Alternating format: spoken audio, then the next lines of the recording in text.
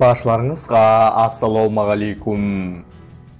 Төбі бір түркі жұрты ежелден Еуразия құрлығында билікті қолдарында ұстағаны белгілі.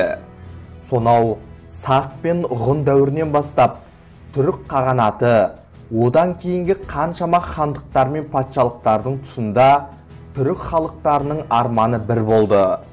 Ол тәуелсіз әрі қуатты мемлекет құру. Қазақстан тәуелсіздік алғанда ең алғаш болып Түркия елі қазақтың тәуелсіздігін мойындап құттықтау жіберді. Бұл кезінде Ататүріктің сөйлеген сөзінен кейін, яғни Кеңес одағы ыдырағандан кейін, қол астындағы қазақ, өзбек секілді түрік халықтарының бірлігін ойлауымыз керек деп, данышпандық сөзінен кейін айтылған нәрсені іс жүзінде жүзеге асыру болатын.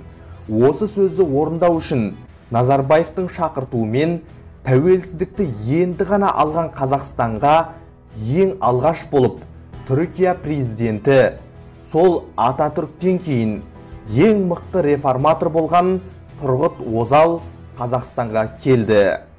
Қасиетті Түркістан шаһарында Назарбаевпен кездесіп, жер бетіндегі түбі бір түркі халықтарының бірлігі мәселесін айтқан болатын. Осы жиында Назарбаев президент Тұрғыт Озалдан Түркияда қанша қазақ бар деп сұраса керек.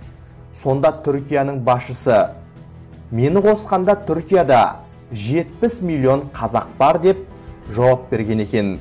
Осыдан кейін мемлекет басшылары құшақтасып, бауырмалдықтарын көрсетіп, қаншама халыққа үлгі болса керек.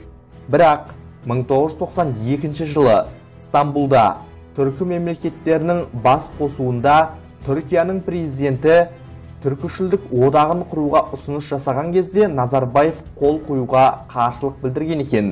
Өзбекстан президенті Ислам Каримов та бұл ұсыныстан бас тартқан екен. Бірақ қазіргі кезде өзара саяси тартыстар жүріп жатқан кезде Түркия елінің Орта Азия мемлекеттеріне, яғни Қазақстан, Түркменстан, Өзбекстан, Қырғызстан, Тәжікстан сияқты мемлекеттерге жасап отырған ұсынысына Қытай мен Ресей қарсы болуы да мүмкін. Себебі Қытай мен Ресей Қазақстанның күшейіп кетуінен қорқуы да мүмкін. Себебі қазіргі кезде Тұран армиясы, яғни Тұран әскері туралы ұсыныстар айтыла бастады. Ал саясаттанушы ғалым Кёршат Сорлу Тұран әскерін құру керектігі туралы айта келе былай деген болатын. Тұран әскерін құрудың маңызы зор. Дәл қазіргі уақытта ол қызбалықтай көріну мүмкін, бірақ оның нәтижесі ұзақ мерзімге жоспарланған. Біз Түрік кеңесінің аясында әскери әлеует пен техникалық әріптестікті арттыру мақсатында нақты қадамдар жасауымыз керек деген болатын. Қазақстанға келген Түркияның премьер-министрі Ахмет Дәуітоғлы Назарбаевпен кездесу кезінде былай деген еді. Сол кезде президент Тұрғыт Озал сізге менімен қосқанда 70 миллион қазақ бар деп еді. Халық санағын жаңадан есептеп шықтық. Қазір Түркияда менімен қосқанда 78 миллион 600 мың қазақ бар. Сізге солардың бәрінің сәлемін жеткізіп отырмын деген болатын. Тұран одағы туралы сіз не ойлайсыз?